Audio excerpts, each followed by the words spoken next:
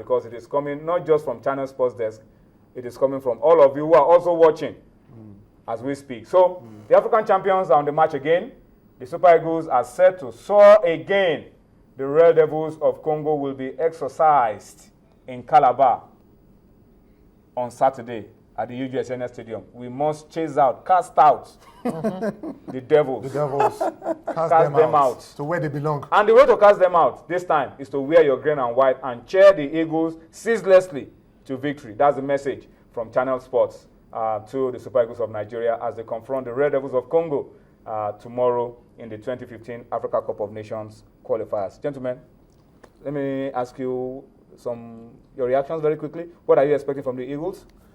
First thing first, UGSNS Stadium, it's now more or less like a fortress for us. We've been winning games there and all that, and I expect that to continue tomorrow. One thing is paramount. I expect the players not to the boardroom crisis and all. I don't expect them to take that to the field tomorrow. Let them be professional in their game tomorrow. Like now, we have our standing captain, perhaps Austin Ejide tomorrow, and if he's going to play, and the players who will be the starting level for us, no matter what, no matter who starts tomorrow, I want them to take this game as it comes. I want them to see themselves as the African champion, and not also on the race the Congolese, just like the last time we played them, where you talked about. I just want them to take it as it is, and let's see as a case. So don't look at the South Africans, the fact that they defeated Sudan 3 goals to nothing. No, just play your own game. Get your 3 points. Once you do your own game, you don't need to start pay calculators and saying, okay, we need 1 point here, we need 2 points here, and all that. But I expect Nigeria. I expect us to defeat Congo tomorrow, at least 2 goals to nothing. Before I come to you, Tolu, the Congolese team have arrived in Calabar. They arrived Calabar this evening, and just a few minutes ago, I think they concluded training under floodlight. So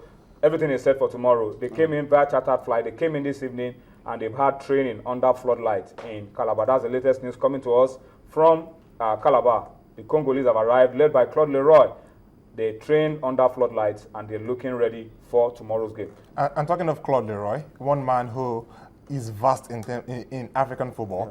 He has coached so many African national teams. Maybe Nigeria will be one of the few teams he has not coached. We have ever beaten a team coached by Claude Leroy. No, and that brings me back to... We've never beaten a team coached by Claude Leroy. Last time was against Ghana in 2008. 2008 was the coach of Ghana. Against a 10-man Ghana. Exactly, yeah. And we lost 2 goals to 1. So he knows our number. He knows just how to do things against us. But I've seen him handle bigger teams. He was with DR Congo at the African Cup of Nations last year, and they didn't make it out of the group. They didn't even win the game. So he's vast. He knows how to play against Nigeria. He has a very good record against Nigeria, and that is one of the things that may count. But we also have a very good team that should be beating this Congolese side. If we do not win, it will be the biggest upset I've seen all year. Okay, let me read a few comments on Twitter. At Abel Stone75 is so emphatic. He says Nigeria will thump Congo in Calabar 2-0. Hashtag Congo must fall. Olayinka Owulewa, our good friend, the media officer of Kwara United, says the number of goals South Africa scored now shouldn't be a concern at all to Nigeria. They are always our wife. That's what he says. So Super Eagles, Congo must fall. Okay, I hope that happens next week. It definitely and then we're able to get the result as well. Okay, let's pause a little bit. And go on a break. This time, we leave football on one side. We bring you highlights from the US Open. By the time we're back, we hope to be speaking to Tala Hadavi on Sports Tonight.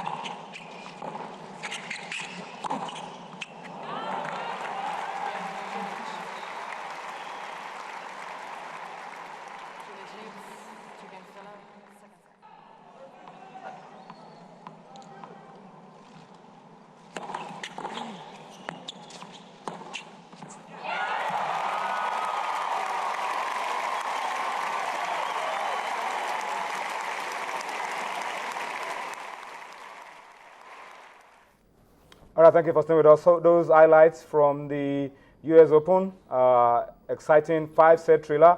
Roger Federer edging that one out. You would think that an old man shouldn't have the stamina to last that long, but he was able to edge out Guy Monfils. But I'm told that Tala is standing by to join us on Sports Tonight from Flushing Meadows to give us an update of what has happened today. So let's quickly cross over to meet Tala. Today, Tala, you predicted that Roger was going to be too smart for Guy Monfils. It turned out exactly that way. Yeah, it was an incredible match last night. It went 5 tough sets, and who would have known that this crazy, just like really fun and incredibly raw, talented Monfils would come and really upset her and get him on his toes in the first 2 sets. I mean, we were just, I was in the media center last night, and people were just going crazy by how exciting Monfils was playing. He was so calm and collected throughout the whole 2 first sets. And then went into the match point. He had 2 match points in the 4th set, and we thought it was done. But Federer, like he always does, he came back and, won the match. And I think he's going to come in with the match tomorrow against Cilic with a lot of new confidence that he can come down. And he still has the speed and the agility that he used to have one day, that he's not too old. I think he has a sense of maturity that he's like, I've won my 17 Grand Slams. I can just go in and relax and play and have fun. And that's really what he said in the press conference last night. It was like, I just went in and at the 2 match points that Monfils had against me, I just played relaxed and I said, I'm just going to go out as a fighter. And he really did, really showed people that he is still a fighter to be counted on. He still is one of the best tennis players to ever play the game. Well, let's talk about the other game, that the other player that is looking good to create some upset, Cilic. What can you tell us about Cilic? Do you see him surprise everybody and maybe this time get to the final day? He's played incredibly well this tournament. As you may already know, he got a doping suspension last year, so he missed the U.S. Open. So he's had a lot of, sort of rumors and reputations around him that people have made people think that he's not as great. He was gone for 4 months last year, and this is his. If he was to make it to the final, it's going to be his first ever Grand Slam final. And tomorrow, it's going to be his first ever semifinal. So he's just ready. He's played 2 really tough matches against Simon and Berdych. Berdych is a top 5 player, as you know. He beat him in three sets. He's really tough and really strong, and I think he's going to give Federer a match. But at the end of the day, Federer right now is coming in with a lot of new given confidence. So I think it's going to be tough for Cilic. I think it's one of those things that he made it to the semifinal. He should be very happy. But it's going to be so interesting to see how he can give Federer a match tomorrow. Let's talk about the women, Tala. What do you see around the women's game? Looks like Serena is back to her best, out-muscling an opponent. Do you see that last out till the final day as well? The biggest story right now on the women's side is that Shui Peng just played Wozniacki, the Danish top 10 player, and she actually in the second set had to forfeit because she got a cramp on her legs, and the match was abruptly stopped. So that's really the news story. Everyone is running around here in our facilities, and people are going crazy because it's never happened before that in a semifinal they have to stop a match. So she actually left, and she was carried out with a wheelchair. So that's really the top story right now. Wozniacki is going to the finals. She's as you know, Serena is playing Makarova, Russian Makarova, that's always been sort of under the shadow of Sharapova for years. I think now she's coming in as a sort of with a lot of confidence. She's played flawlessly all throughout the tournament. And Serena has had a lot of ups and downs. Even though she's been outstanding and dominant, she's also had a lot of sort of going from flawless to not so